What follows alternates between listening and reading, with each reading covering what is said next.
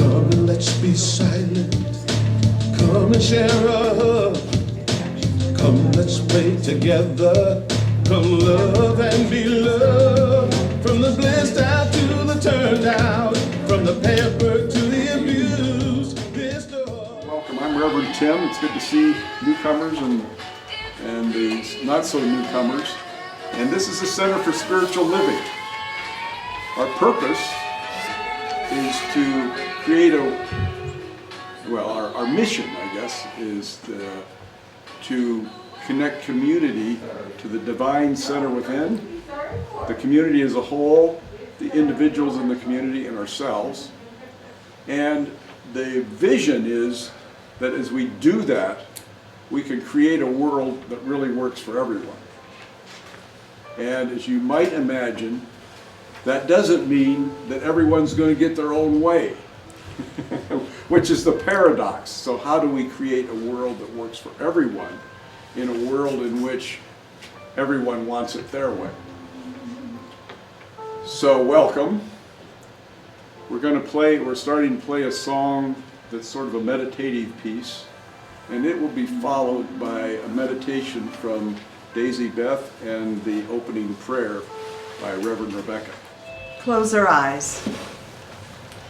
Rest, relax in the center that we each have, the center that connects to the universe. Start with 3 deep breaths. Deep breath in and out. And a second one in and out. And a third one in and out. Lift your awareness, lift your consciousness, and expand.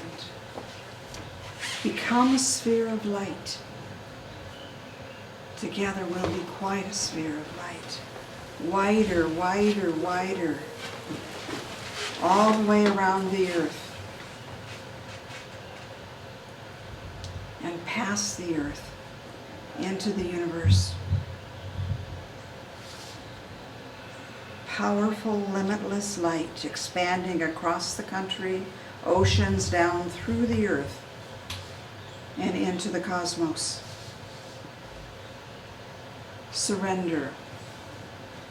Surrender all your limitations. Surrender your ego and become limitless.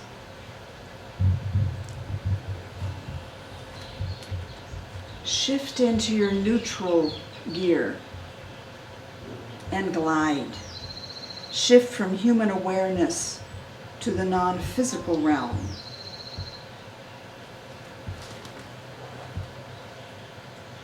And merge with the love that is the universe.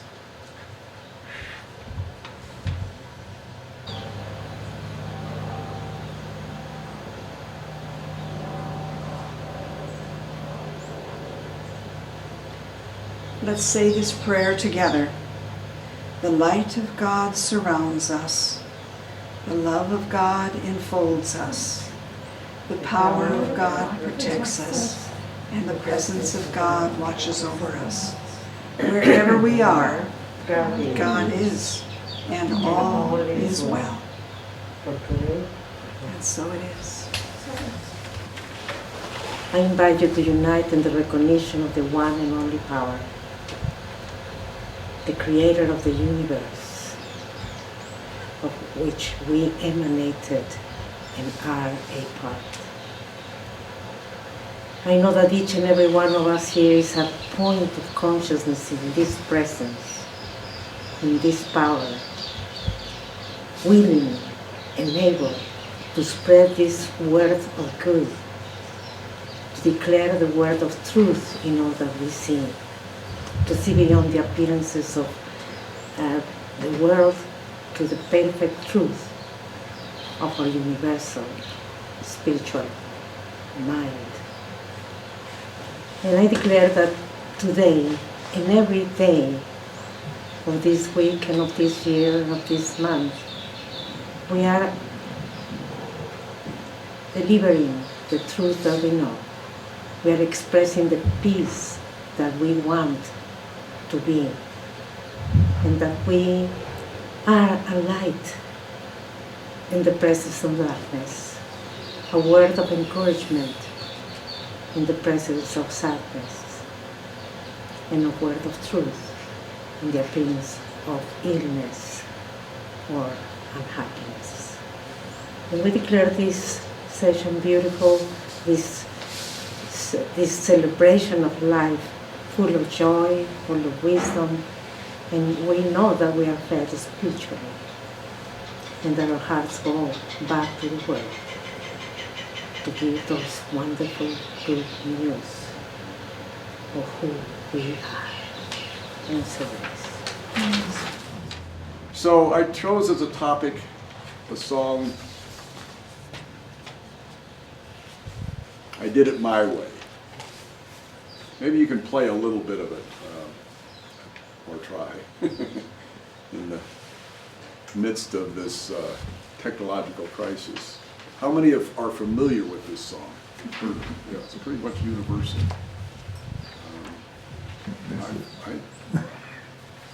I first encountered it as something potentially positive in a personal growth course in the 90s, but I think it was actually written in the 70s by Paul Anka, actually wrote the words, but at the request, there we go. We'll listen to a few frames. It's not loud enough, but any louder possible?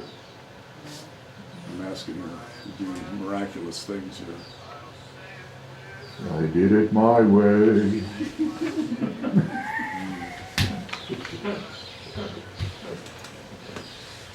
I think it's good enough because it's one of those songs that as the words come out and the first part of it is, it's permeated in our consciousness in a way, which a lot of songs are, and it's what I like about music in general, is that it can put me in touch with past experiences and states of mind. There's a presentation, a thing by Tony Bennett, who's in his 90s and has Alzheimer's. And so he basically can't function normally. But he's done performances where he has access to all the feelings and all those songs that he sang for so many years. So one of the hypotheses is that part of our brain that is the heart's, where the heart center is, where we feel, where we connect the non-logical part of the brain is somewhat immune from Alzheimer's. So when I heard this song at that personal development course, even though they presented it in a positive light, it triggered me. It triggered me. Why did it trigger me? And I started to look at it because that's what I was there for, was to look at my reactions to things and see, did it serve me and what did it mean? What information can I get about myself? And one of the things that they said, and that I got, was that if you spot it, you've got it. And I'd heard that before in third grade. Third grade, it takes one to know one. So I thought he was basically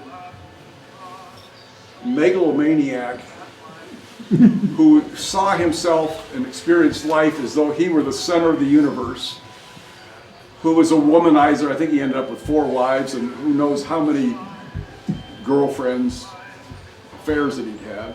Good for him. He was noted for shouting at the people that were putting his shows together, and when he was on the movie set, for being just almost impossible to get along with. And I saw him that way, and I thought, that's, ugh.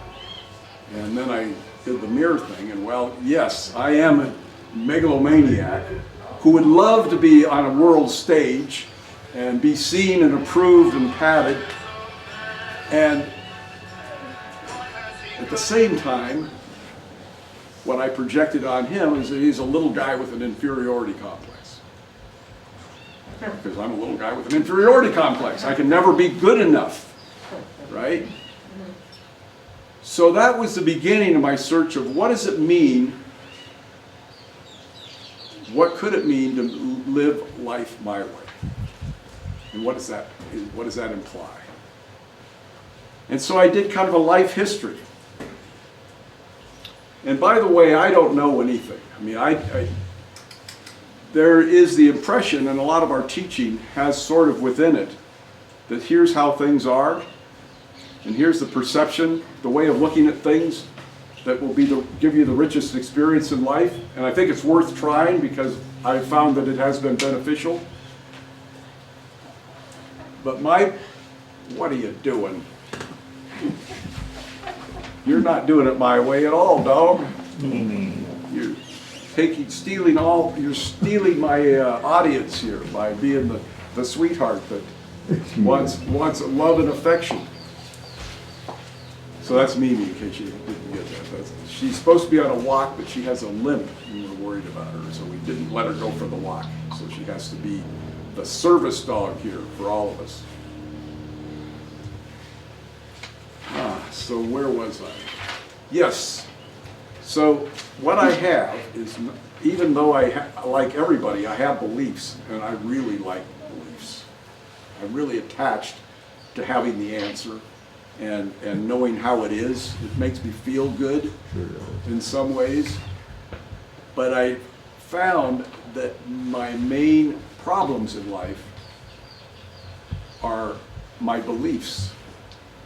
My beliefs don't necessarily help me much in living fully, abundantly, richly, which would be how I want to be. I don't want to be worried about whether you're going to approve of me. So experience, strength, and hope, and if there's something that helps you, great. Otherwise, don't worry about it. You know, it's not like, oh my goodness, I didn't understand what he said, and I'm sure what he said was somehow worth millions. Well, if you didn't hear it, it probably isn't worth anything to you. So if you don't remember it, or you didn't hear it, or doesn't understand it, doesn't jive with you, don't worry.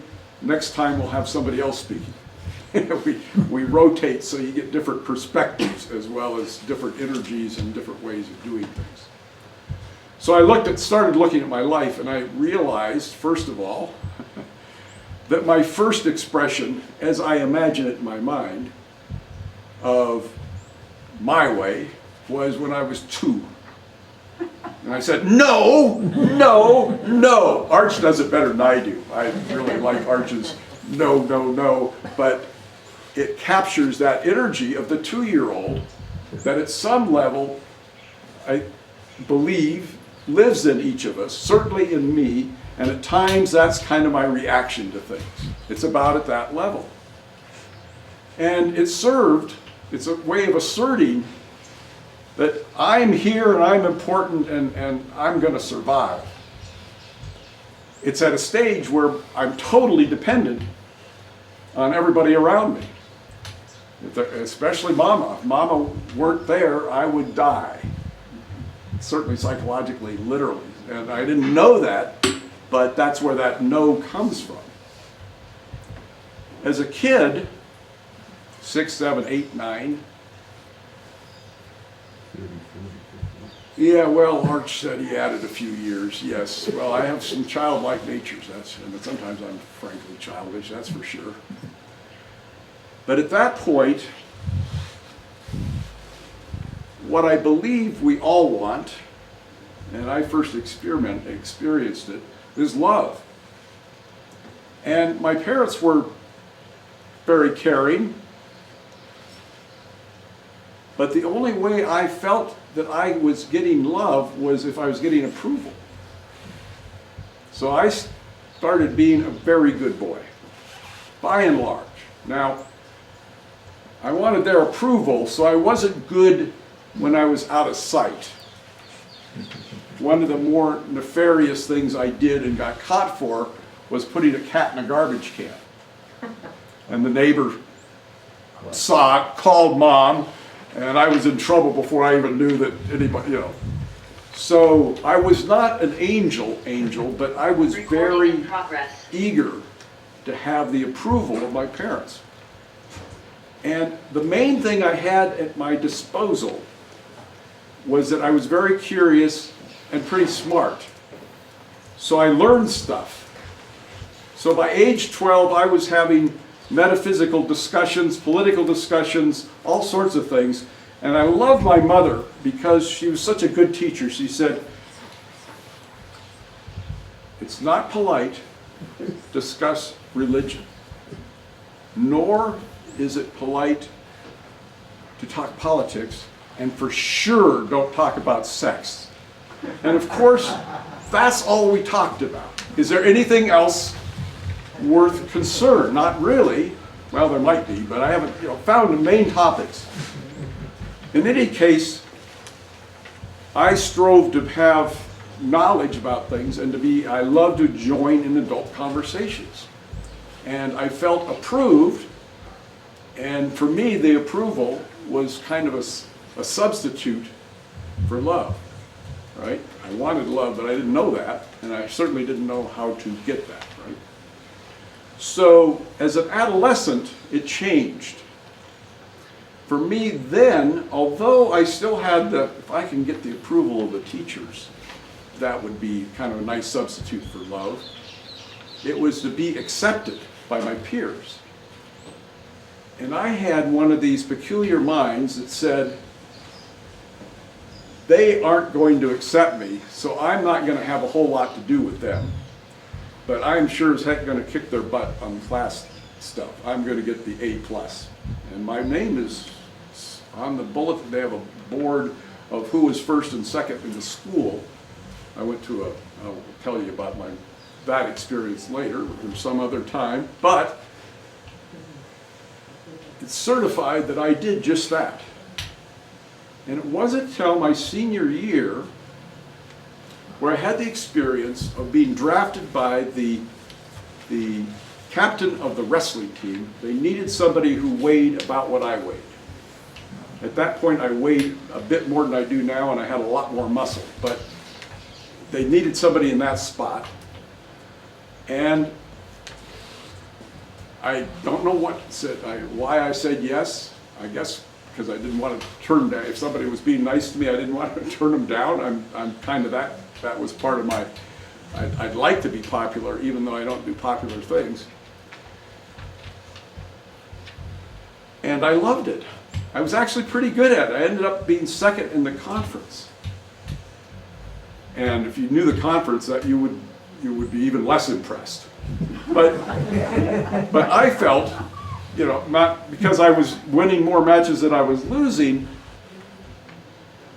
More than that, though, that I was really part of this group of guys and was accepted. And that was my way. So my way shifted from being no to being really smart, which I carried on through life, to being part of something and being one with these guys. So it seemed like, to me, that there were different stages of doing it my way.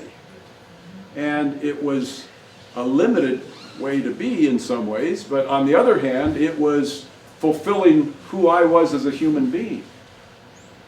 As I reflected on that, I started to admire, in a way, Frank Sinatra a whole lot more. Because he used what he had. He happened to have a great voice, and he had tenacity to continue to develop that. He didn't just accept, oh, well, I can sing pretty well. He had coaches and people who really helped him. Waiting for Godot.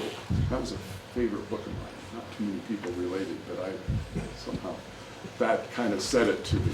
What are we doing here? Well, we're waiting for everything to work just right. So then I got married. Now I'm not sure how I got married because I had the social skills of maybe a 15-year-old and the emotional evolution of maybe a 12-year-old. So I was not exactly an exciting person from my point of view, but my lovely wife seemed to enjoy me. I was a pretty good listener, and she was impressed by how smart I was. That's always good. Seemed to be part of my way. And she liked my sense of humor. Many people aren't really interested in my sense of humor, saying, well, that's dumb. And often it is. It's often still kind of adolescent or maybe before sense of humor, as in takes one to know one kind of comments. That was a major step forward, and having kids was another major step forward. Why? Well, basically, I had not seriously had any focus on anyone but moi for the first 25 years of my life. And it's not that I lost that exactly. I was still very self-focused and didn't, to the degree I didn't even know it. But the act of really caring for other people and having a sense of wanting the best for them and doing everything I could to do that, even though it was just a nuclear family kind of an experience, was a major shift. One of the quotes that I lost that I had for this talk was, maturity, the first sign of maturity is when my concern for other people becomes more than my concern about myself.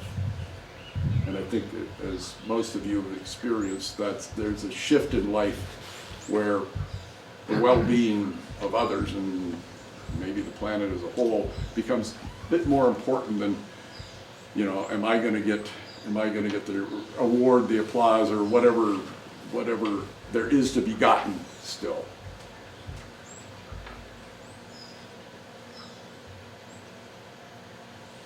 I started to begin to appreciate, although I didn't really understand and hadn't experienced, that most of the richness in life is actually in relationships. So I got it from the family. In my early 40s, though, I shifted from being a professor, researcher, mainly only involved with students or residents or colleagues, but not in terms of patient care. I was a doctor, and in terms of patient care, there was no involvement, really. You know, the case was presented to me by the resident, and I would meet the patient, maybe say, you know, examine them and say some words, but what I was there for was to be teaching the resident, you know, how to interpret all that. And I didn't realize that maybe having some relationship with the patient might have something to do with it. You know, it was just kind of skipped my... They may have talked about it at medical school, and they may even have done it in some cases, but it was the exception rather than the rule. And I entered in a private practice setting, and the guy who I was supposedly replacing was one heck of a guy. He'd been a vet, went to medical school kind of late, not to a major medical school, was never a professor of medicine, hadn't written an article. All of which I could say, well, I've done that. But every one of his patients, as I introduced myself, said, you know, Denny wasn't just my doctor. He was my friend. We had a special relationship. And it was every one of his patients. And I went home and said, there's something here. Something here hadn't thought about really, and that was that in order to take care of someone, I needed to care about them. That there is no good healer who doesn't care about whoever they're being the healer for or accompanying in the process of healing. And I thought, self? How are you going to do that? You don't generally relate on that basis. that was a new idea. I had to take another look at my way up till then and say, well, what would it, how would that happen? And what occurred to me, and I'm not sure if I was taught it or how it came, this says later. Keeps talking to me. I hear voices too. And I have conversations with pets. So you can imagine what would happen if I were actually seen by someone who made diagnoses about mental states. Mine is definitely questionable. So that I had to find out a way to like these people. Now I was disconnected, pretty much. So how do I connect? I can't connect just to their complaint or maybe their medical history. So I started having conversations to get to know them, and my goal was to find things that I liked about them. Because they were, quote, normal people, whatever the heck normal people are, but they were definitely not, you know, from my medical school class or my partners, or they were, quote, normal. And what I found as I started to do that is that almost everyone had something that I kind of liked about them. And it helped me remember who they were too, which is also helpful when somebody comes in and you can say, oh, hi Mrs. Jones, or hi Betty, or hi Joe, or you know, as opposed to, let's see who do I have here. I have to look at my chart and oh yeah, are you this one? Oh, okay. You know, I could actually welcome them as a human being. And that started another kind of trajectory. Recording in progress.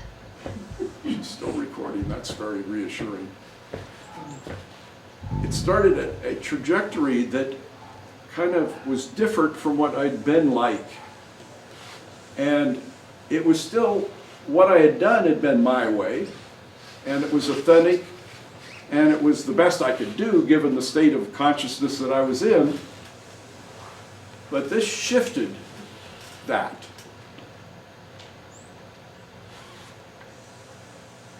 As I studied, was involved with, participated in different personal growth courses, 12-step stuff, and then finally Science of Mind, I started to become more aware that my way was, well, one could be, and I like to think of it that way, is that I'm putting myself more in alignment with the universe, or with the divine, or with the sacred, and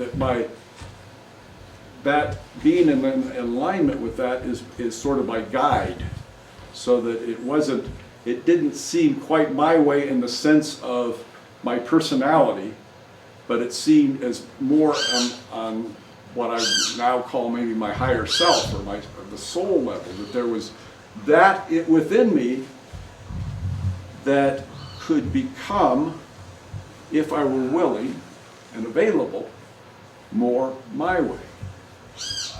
Does it mean that all the ways that I've been in before that disappeared, were, I don't know, cured, or had a lobotomy and they were cut out? No, they're all there, but they've come to use in different ways. Among other things, to know that people are all different. I've been at least 6 different people and been in 3 different marriages with the same woman. Well, sometimes we actually did have a recommittal ceremony, but not that we got divorced and remarried. But so on the outside, historically, by the records, it'll look like a marriage of now 50. How many thousand years, dear? Where'd you go? Anyway, it's that all that I have been is still me, and there's more. And all the life that I have lived, and I see it every day in the people that I associate with too, that their life is every day, in some sense, being renewed and expanding, and it's always a reflection in some ways of what they have been all along, as well as the opening up into new possibilities. So I started to cut Frankie Sinatra, who I had this sort of judgments about, and saw him in a different way. I don't know how he actually was. That's the other interesting thing. All I know about him is, now I've read the Wikipedia part, which is pretty lengthy, and his accolades and his creativity and all his comings and goings are pretty, amazing, overwhelming, and thank God it's not me. Just too much. I mean, the 4 women he married, everything he did, including being pretty involved in politics. He showed a steady decline. He started out with Kennedy and he ended up with Reagan, supporting him. So from my somewhat biased, it's not biased, it's objective point of view, he started out the right track, but he kind of got derailed. But he did so much. And he really was open to life. Now, did he ever find anything like contentment and really just able to be still? And I don't know. You wonder because obviously, I don't know, obvious to me is that tabloids and television and movies don't exactly tend to focus on that aspect of the celebrities' personalities. They're more interested in the dirt and the whatever attracts attention. So now what? One of the interesting things is that I'm definitely not the person I was 30 years ago, thank God, and too bad. Meaning, there are a lot of things that weren't working for me that I've let go of and adopted and accepted ways of looking at myself and others that are much more humane, gentle, caring, and I can't remember anything. I was going to, at one point, we were going to, quote, tutor my grandson. He's having some problems in calculus. I was a whiz. I took advanced calculus, and then I went to Stanford, and I was in they had a special program for smart asses who had taken all the advanced placement courses in calculus, and they had to have, that used to be the beginning thing in college, and they had to do something different. And I passed it. It did convince me that I were not a mathematician. I was smart, I was clever, I could dance little steps in that area, but that was not my calling. That was good clarity, because sometimes I thought I could do anything. Well, I could try a lot of things, but I don't know that I could do anything. All that is gone. I could no more, I'd have to relearn basic algebra in order to teach any kind of mathematics. So there's a whole bunch of stuff that I've forgotten. Occasionally people will say, well, you were a doctor, what about? I say, yeah, I were. The were is very important. Very important, because I am not making any attempt to maintain that body of knowledge, let alone the perspective of a practicing physician. So what happens now? Well, one thing is, there's a men's group that meets, and it's very supportive in where are you in at your soul level and your gut level, what are your feelings? And it's called remedial emotional education, because gals seem to have gotten those courses in life, and most guys have not. And I certainly wouldn't be called emotionally literate even now.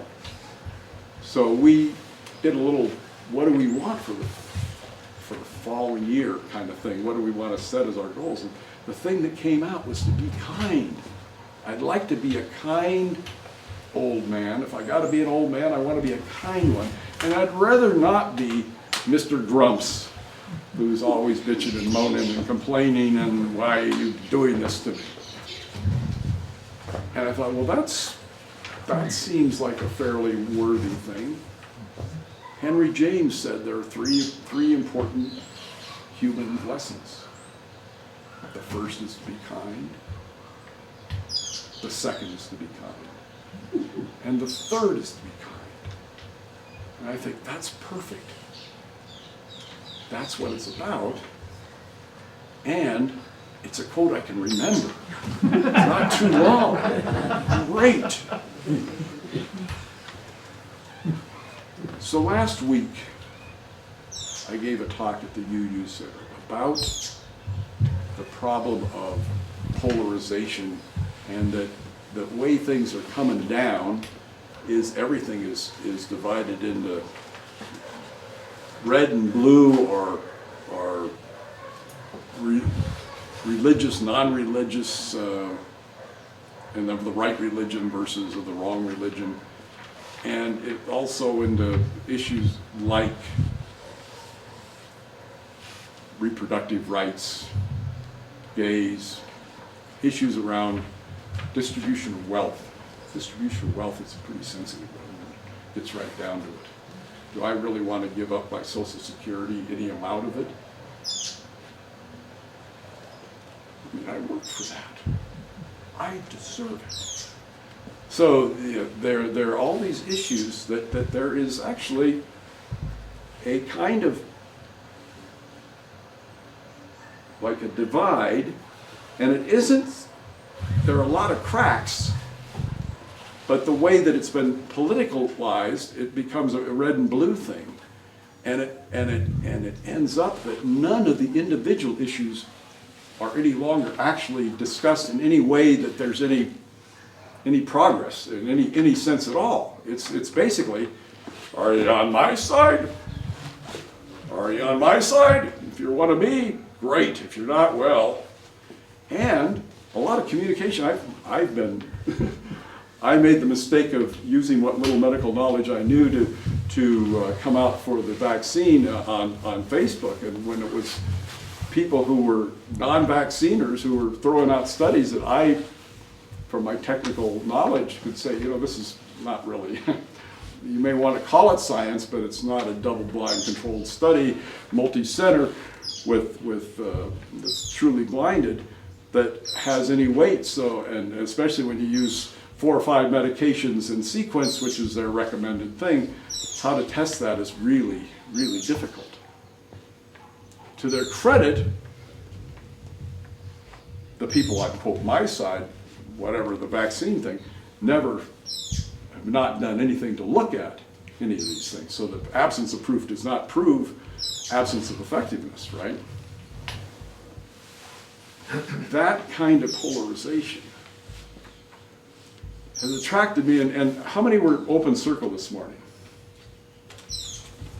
Well, David talked about it, and David actually had had a stroke, and it was difficult to listen to him because he was not quite coherent, and he's a man of an amazing heart. And his message was, wow, we really need to live from the heart space and relate from that on people who have really different perspectives that we may even, and often do, feel are harmful not only for them, but for the country or the planet, so that what they've concluded I may feel is even potentially dangerous, but to still have a place in my heart for them. And when I heard this, I thought, what I normally say when I'm with a group of people like this, I say, boy, it's really nice to be with like-minded people. And it is. But the more important thing is to be like-hearted people. Because we could agree, I could finally find 5 people that agree with me on 99%, or that's optimistic, 90% of my major opinions about which I know absolutely how it ought to be, and why didn't they call me? Arch and I also joke about not getting a call from Washington for our advice or perspective, but we're waiting, though, we're patient. And that might be soothing. But more soothing is to be with people who have very different perspectives, different points of view, different cultural, religious, whatever backgrounds, different experiences, and be able to be present because we are like-hearted. We really do want the best for each other. The small me has chuckled This is really embarrassing. I don't know if I want to do this. Do you want to do this? Has chuckled when people I knew were anti-vaxxers got COVID.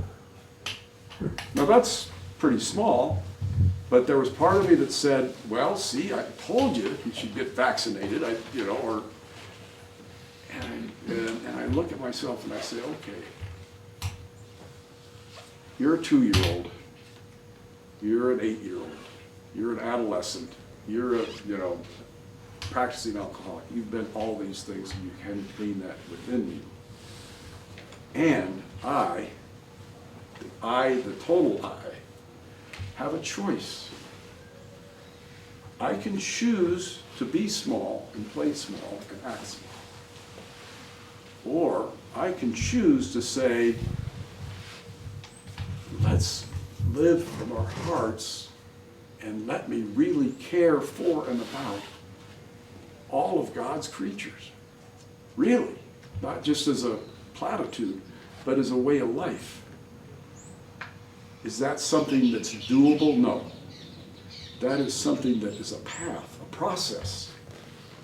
And some people seem to have gone further along that path than I suspect I've got time for. Maybe I need 2 or 3 other lifetimes. I don't know if I get those. But still, making a step, even if it's a small step, and the steps include, for me, admitting my smallness at times about things, and to say, I know I can do better.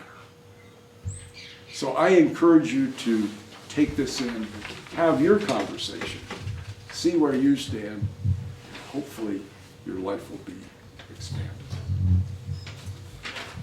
And we have time. Oh yes, thank you. It's time for the offering. You can take your gift out. And then we contemplate what we believe is there is one life. One life. And that life is our life. That life imbibes every cell, every fiber of our being. And that life is unconditional love. And through trial and error, we've discovered how that works, the givingness of that Spirit. It looks like whatever we put our attention on with feeling, we get more of.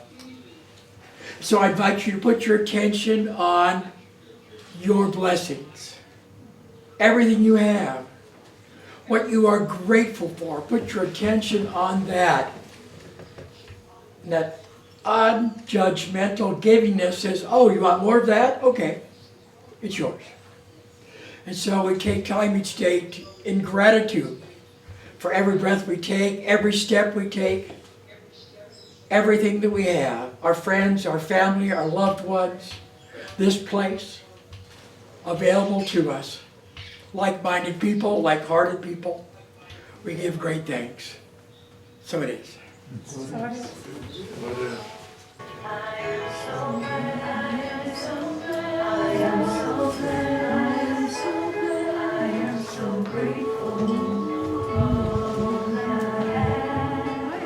So this is our time for benediction, which means good words.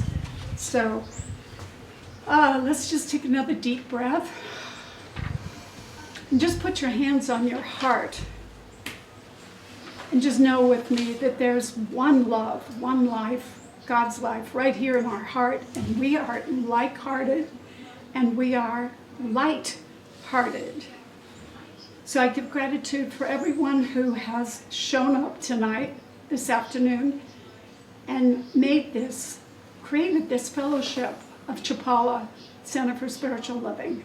And I could give great gratitude for Reverend Tim for sharing his life with us, for sharing and reminding us the importance of relationship with others. Be kind, be kind, be kind. Thank you. So I know for each of us as we leave and step out the door that we are raised up in consciousness, a consciousness of kindness and compassion. And it's not us and them, it's only us. Thank you, God. So I release my word, knowing it is acted upon. I know it is so, and together we say, so it is. So it is.